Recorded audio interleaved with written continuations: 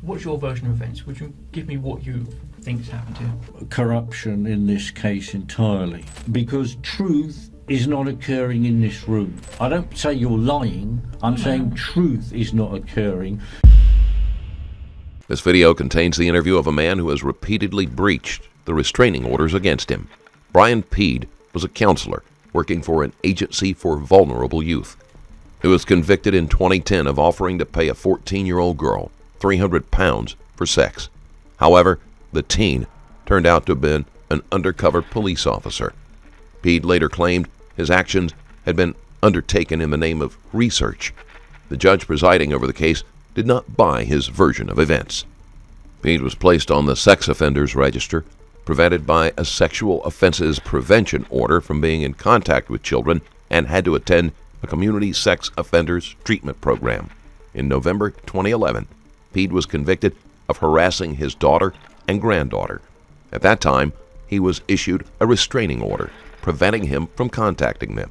However, he breached the order multiple times, and in 2015 was remanded in custody due to several concerns: the likelihood that he might abscond, the likelihood that he would reoffend, and the possibility that he might interfere with witnesses.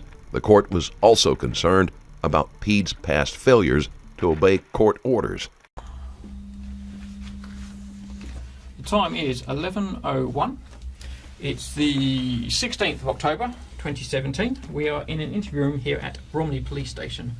My name is DC Stanford. I'm with the Community Safety Unit at Bexley Police Station. Our officer present is Nancy Burns, CSU at Bexley. Thank you. I'm interviewing. Can you give me your full name and current date of birth, please? Yeah, Brian Peed, 12/6/53. Thank you, Mr. Peed. Mr. Peed, I know you were cautioned at the time of arrest, but because this is the police interview, I have to caution you again now. Okay? Yeah, sure. That caution is you do not have to say anything, but it may harm your defence. If you do not mention when questioned, saying to you later on in court, anything you do say may be given evidence, okay? I know you've been interviewed before, but I have to break it down, so I'll break it down in 3 parts. I'll do with everyone. No problem. First part's very simple. I'm going to ask you a series of questions here today. It's your legal right whether you choose to answer them or not, okay? Of course. Second part, if this matter was to ever go to court, you're likely to be asked the same questions there that I'm going to ask you today. If you either choose not to answer my questions today, or any answers you give don't match any future answers you give, so basically your 2 stories don't match up, the court are allowed to draw what's called a negative inference. What that means is it can look badly upon yourself as to why you either didn't answer my questions today, or why your 2 sets of answers don't match up. Does that part make sense? Of course, entirely. Perfect. Third part, as I said, the interview's being recorded at the moment. We've got microphones on the wall and cameras on the ceiling that I pointed out, okay? Again, if this matter was to ever go to court, it can either be played like a DVD, so basically someone can sit and watch us, or it can be transcribed, someone can write down our conversation, it can be read out in statement format. Does that all make sense? Of course. Perfect, thank you, sir. DC Stanford thoroughly explains everything that is happening to Peed. Peed is almost condescending in his replies. Distraught, Parker Bell fired a .40 caliber pistol into the floor, sending the room, which included several civilians, into a panic as people ducked for cover. Throughout your time in custody, you have the right to free and independent legal advice. Obviously, you don't have a solicitor here present at the moment. Are you happy to continue without one? I'm not happy, but I shall continue without one.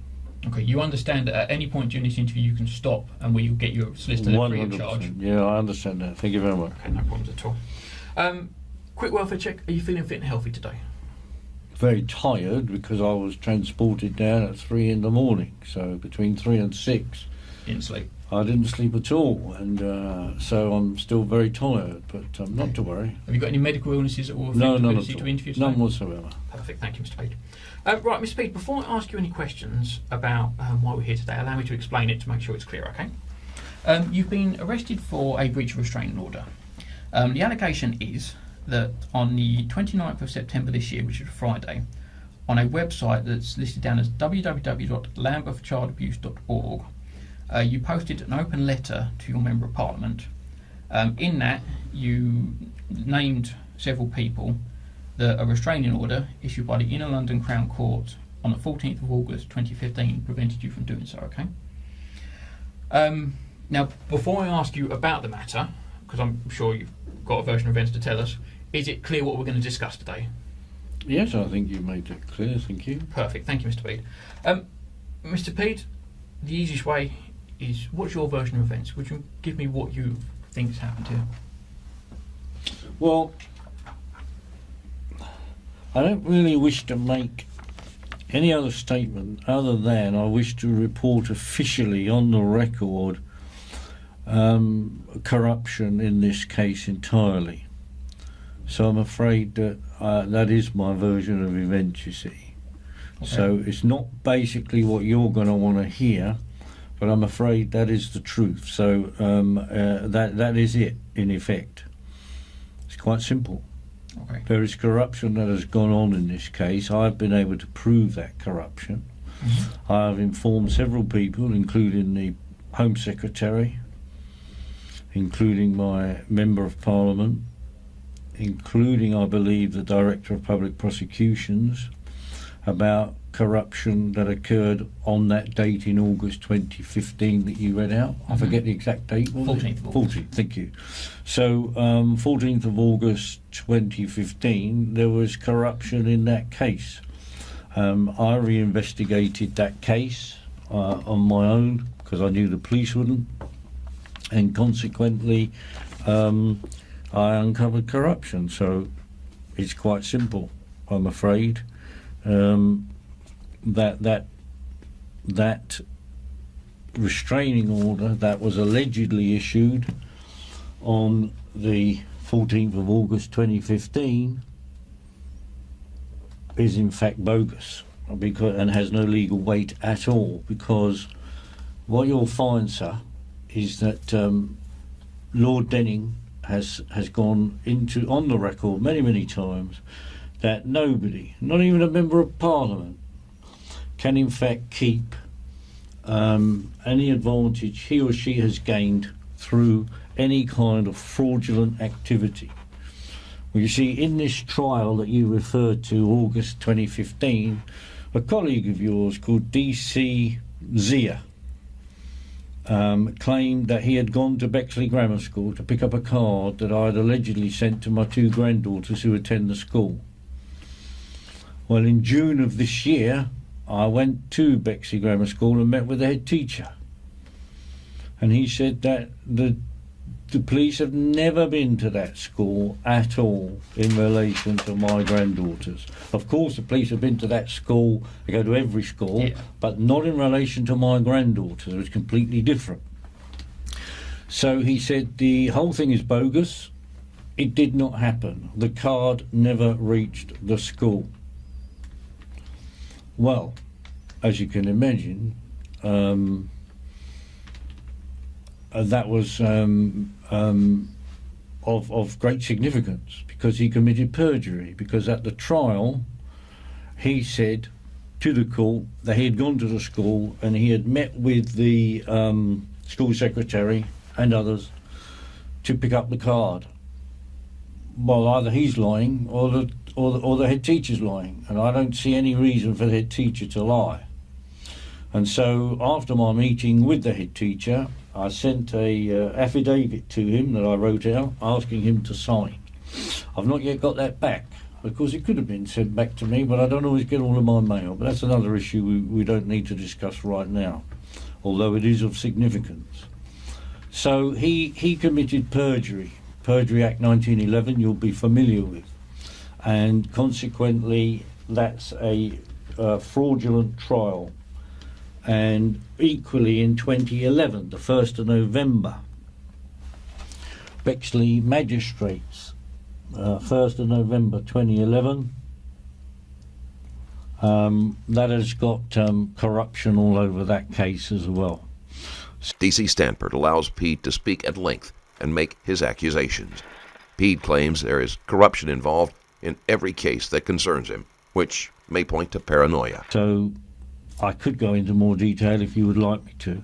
It's mainly going to be around the 2015 I case. thought it would be, because you see that's how the law works, is it narrows it down to try to find you guilty, not to actually find you innocent. So you see, the 2015 case was built on the 2011 case. Mm-hmm. Well, I'll have to refer to Denning again, I'm afraid. You cannot build something on nothing. So the 2011 case was wrong, was rotten to the core. If you're going to build a case 2015 on that, that's also rotten to the core. And then, to wit, D.C. Zia has in fact committed perjury. Okay. So I'm going to ask you a couple of questions in more depth in a second, but so just so I get your explanation correct, what you're telling me is, as far as you're concerned, the court case that issued that restraining order didn't have the power to issue it to you. Correct, it can't do. And I've checked this out with my MP, who's also a barrister in QC. And we've discussed this at great length. And on the 27th of January this year, this would be 2017, 27th of January, at the Knights Hill Hotel in a constituency meeting with an investigative author there present, Mr. Bellingham, Sir Henry Bellingham, my MP and barrister, said to me, "It is clear that you cannot be guilty of any of the convictions against you, and any solicitor would be able to see that straight away." And he also referred to my unlawful dismissal at Lambeth when I was a head teacher there. Yeah. And he said, you know about that? Yeah, I You read reading both your websites this morning, actually. Ah, okay. Well, consequently, he also referred to my dismissal at Lambeth as being unlawful, which it clearly was. And that's it, really, sir. Did you say DC Stanford? STANFORD, yeah. Much obliged, thank you. So DC Stanford, that's it, really. That's all I really have to say on the matter. Because it's very serious, as you will appreciate, when I have to inform a police colleague that one of his, in your case, one of his colleagues has committed perjury. And it's demonstrable perjury. It's not me saying it. All we have to do is go along and interview the head teacher, and he'll say, yes, the police never came to my school. Those girls have never received the card that was allegedly sent to their school, etc., etc., etc. Okay, so as I said, as far as you're concerned, the 14th of August 2015, the court case in London Crown, as far as you're concerned, had no legal backing to it. So can I make assumptions? I don't always like doing it, but can I assume that means, as far as you're concerned, that restraining order isn't valid?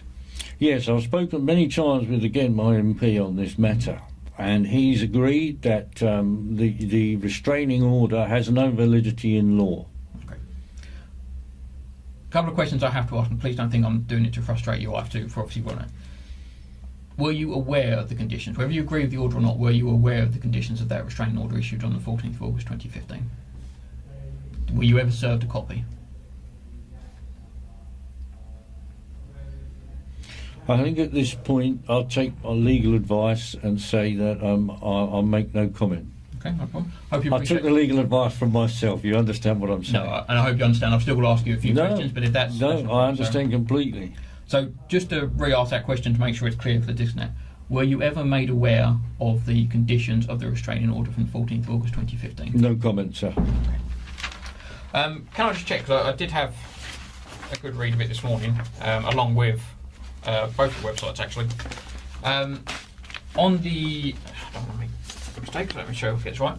So I had a look at the www.lambethchildabuse.org website. Right. And on it, dated Friday the 29th of September 2017, there is a article under the latest news heading that's listed down, Brian Peed hand delivers letter to MP Henry Bellingham. And I've had a good read. I'm not going to read it all out because, as you can see, it's quite a long letter. Right. Can I just ask, were you the author of this letter? So, are you asking me if I wrote a letter to my MP? Yes. The actual article on the website, is that your letter? It is signed from Brian Peed, but I want to ask, is that the letter that you wrote? Were you the author of that letter, or did someone write it on your behalf? The letter itself I wrote. You did. So of course. So the one that starts, Dear Sir Henry, an open letter. I trust that you are well, and it goes. So you were the author of that letter. I wrote to my MP for sure. I'm always writing to my MP. Yes, I found a couple of letters like that. Just out of interest, it says it's an open letter. Was it only published on that website? Did you actually post him, or say hand deliver even? Did you actually hand deliver him the letter as well? Yes, it was hand delivered to his house. To his house. Okay, it was by yourself? Oh yeah, by me. Superb. And was that before or after September the 29th? Did it go on the website first, or did you hand deliver it first?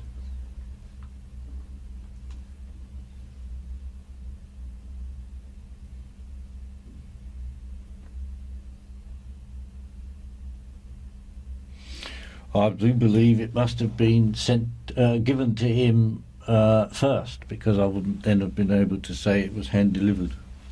Perfect. Okay.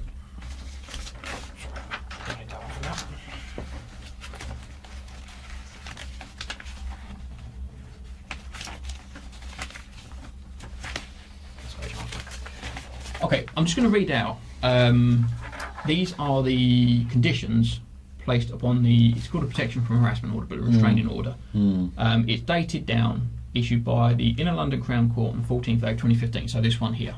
Now, please don't get me wrong, I appreciate you're saying that the restraining order is invalid, but I hope you appreciate I've got to read the conditions out. It's got two conditions down on it. It says you're not to contact, directly or indirectly, Paul Sorrell, Emily Lauren and Joseph Birch, or go to Melville Road, Sidcup, Kent, or publishing or arranging to have published by another person, whether on the internet or on paper, whether true or untrue, any information referring to Paul, Sorrell, Emily, Lauren and Joseph Birch. Okay. I know I've asked, but I will double check. Were you ever served with those conditions that you remember? Again, no comment. No problems. Okay. Have you got the original of these? Sorry, it's just purely I highlighted something. Thank you. I'm just going into the letter, which is a direct print off the website, and I make note there's a couple of referrals. I'll read one paragraph out. As we have discussed, for the Bexley Magistrates Court to determine according to law in this case, my daughter Sorrell Birch and elder granddaughter Emily Birch. Do you remember writing that part? Well, I will clearly have mentioned my daughter and grandchildren, of course, but I don't know the context of what the rest of that sentence was. That was an incomplete sentence. Do apologise. I'll read the rest. I don't feel you have to. Don't worry. No, it's not a problem. Okay, so let me read the whole paragraph again. So, as we have discussed, for the Bexley Magistrates Court to determine according to law in this case, my daughter Sorrell Birch and elder granddaughter Emily Birch would have had to made complaints to the police. They would have had to have investigated the complaint. My family members would have had to have made, official statements, and they would have had to have appeared at court against me. Since none of these ordinary and lawful procedures took place, Bexley Magistrates Court could not have determined according to law. Okay, that's a paragraph that's included in. I'll go a bit further along. I'm not going to read these out all the way because I don't need to, but there's further referrals to Emily. Obviously, there's a paragraph here that's quite heavily covered by Emily because it discusses the letter at the school and DC's ear and things like that. Okay. And obviously it's referral to Sorrell as well as mother. Okay. Now, so much paper up to my hands. Obviously, in my view, and this is solely my view, based on the evidence I have in front of me, it appears to me that you have breached the conditions of the restraining order because you published on the internet documentation that refers to people that, according to the Inner London Crown Court restraining order, you were not allowed to. Would you agree or disagree with me on that? Well, I would disagree for Why two so? reasons. Yeah, go. One reason is I never said I published anything on the internet. I said I authored a letter which I delivered to my MP. Secondly, I'm absolutely concerned, really seriously concerned, that a detective constable in a Metropolitan Police Force can be told of perjury in a case in which a bogus restraining, I say bogus, you will disagree, in which a bogus restraining order is issued. For me, you see, I'm old school. I'm 64 now. Pete continues to insist that there is no validity to the restraining order and that the accusations against him are a result of corruption. I'm very old school. And consequently, being old school, if a member of the public tells me that in a trial a policeman has committed perjury alarm bells should be ringing. And therefore, any assumptions you therefore make, like you just have, that you've read this, there's a piece of paper that says there's an order, oh, you must be guilty, that's dangerous, dangerous thinking. That's Orwellian, dystopian society we live in, right? You may not understand all what I'm saying, you don't have to. Your focus, to me, should have been, oh, let's stop there, let's explore your claim, which I said was official complaint. I specifically used those words for the tape.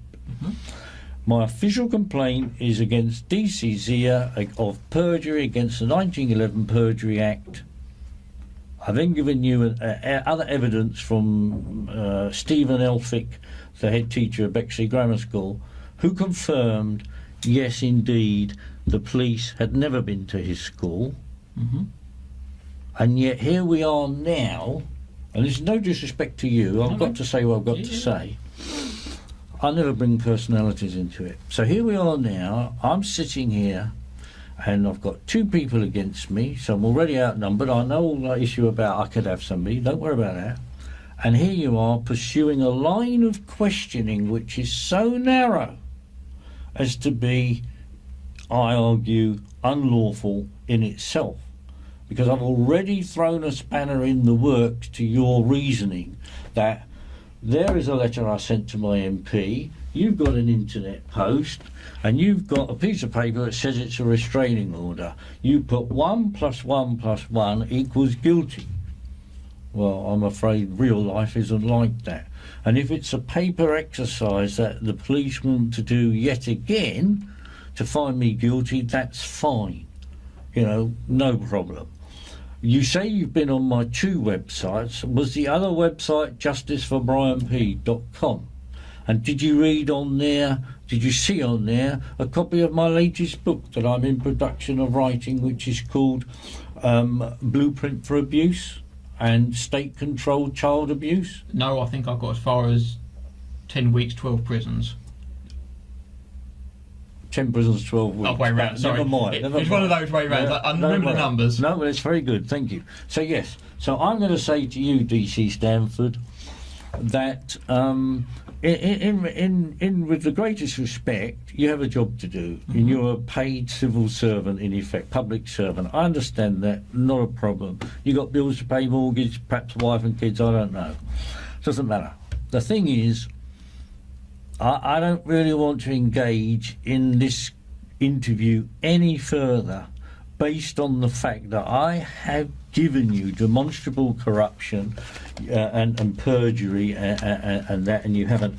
Because you see, you mentioned the date of the 23rd of September 2011. I haven't. Well, I have. You mentioned Emily. So I'm giving you the date of the 23rd of September 2011 when I was arrested, having written letters to the Home Secretary, etc.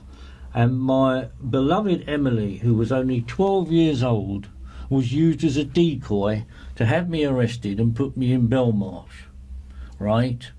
And they thought they were doing a clever thing by saying she was a witness in a trial. She's never been a witness in any trial. So that needs to be sorted. What I'm hearing today is fills me with dread, because truth is not occurring in this room. I don't say you're lying, I'm saying truth is not occurring, because you're trying to put together a false proposition based on false documents. Well, anyone can do that. Anyone can make any proposition I like. You know, I could call you a murderer, write some pieces of paper that proves you're a murderer. To make you a murderer, it's false proposition. So at the end of the day, sir, I'm afraid that needs to be investigated, why Emily was used as a decoy. Although Peed is able to articulate his points rather well, he skates around the fact that both his daughter and granddaughter uphold the accusations against him, and they have no reason to lie. And it also needs to be investigated why, when I went to Teapot Island in Maidstone in March of this year, and then 3 or 4 days later I wrote to the Commissioner, Commissioner Dick, I'd gone to Teapot Island to give my in-laws, my daughter's in-laws, all information about my innocence, including a letter from Sir Henry Bellingham saying Brian Peed is innocent and a victim of a number of miscarriages of justice. I gave that to my son-in-law's parents. 3 days later, I wrote to Commissioner Dick. 2 to 3 days after that, I get arrested. And another bogus charge. To be honest with you, the rule of law doesn't really apply in this country anymore, certainly not to me. I cannot get a fair trial, because if I told you everything about this case, you wouldn't believe me. But I tell you that we're in Bromley for a reason, because the woman who was head of Lambeth, Phyllis Dunipace, OBE, who ratified my unlawful dismissal, is a co-director of a company of a magistrate in Bromley called Daphne Wickham. Look it up on the internet, Company's House, you will. Yeah. So I'm afraid to say, DC Stamford, that I'm not in this room here today anything to do with a breach of a restraining order. I'm in here only to do with the fact that I and if you want to call it this way, I'm an author of books related to child abuse. For my own personal reasons, I was abused as a child in a children's home. I got away with it lightly compared with my brother, who was 8 or 9 and was buggered regularly by police officers, by priests and everything else, right? So that's my motivation. Right, so I will expose everything I can to my dying breath about organised abuse. And if you've been on my website, you'll see another book there, not written by me, written by a journalist in Ireland called Bruce Arnold, and he wrote about all the schools and homes in Ireland. He called it the Irish Gulag. Gulag is a word for prison, right? Yes. And so consequently, Mr. Stamford, I'm afraid to say, I've trod on some very powerful toes, which is why I'm here.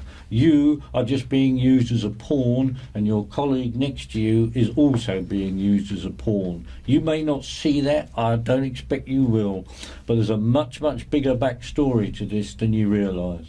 And I've now got that on the tape, and that'll do me. Okay. There's no need for me to drag this out, I don't need to, but there's just a couple of questions I want to ask you. Obviously, it's whether you choose to answer them is not a problem. So obviously, we've said that you wrote that letter. That one's not up for dispute. You did raise a point, which I'm going to ask you directly about now. Were you the person who posted that article on the website? I'm not prepared to say, no comment. Okay, no problems. Are you one of the admins for that website? Do you have editorial control? Again, no comment. Okay. Does anyone else have editorial control? No comment. Okay. Does anyone else post either under their own name or under your name? No comment. Okay. Are you aware of everything that's placed upon that website? Well, of course not, because you know, how do I know if something's not being put on there right now while I'm in this room with you? So I can't be always aware, can I? It's impossible. No, that's the nature of a website. I noticed there is a comment section. Obviously, that can be accessed by any member of the public. But the actual main content, these letters, is there anyone else that has access to post other than yourself? Yes. Okay.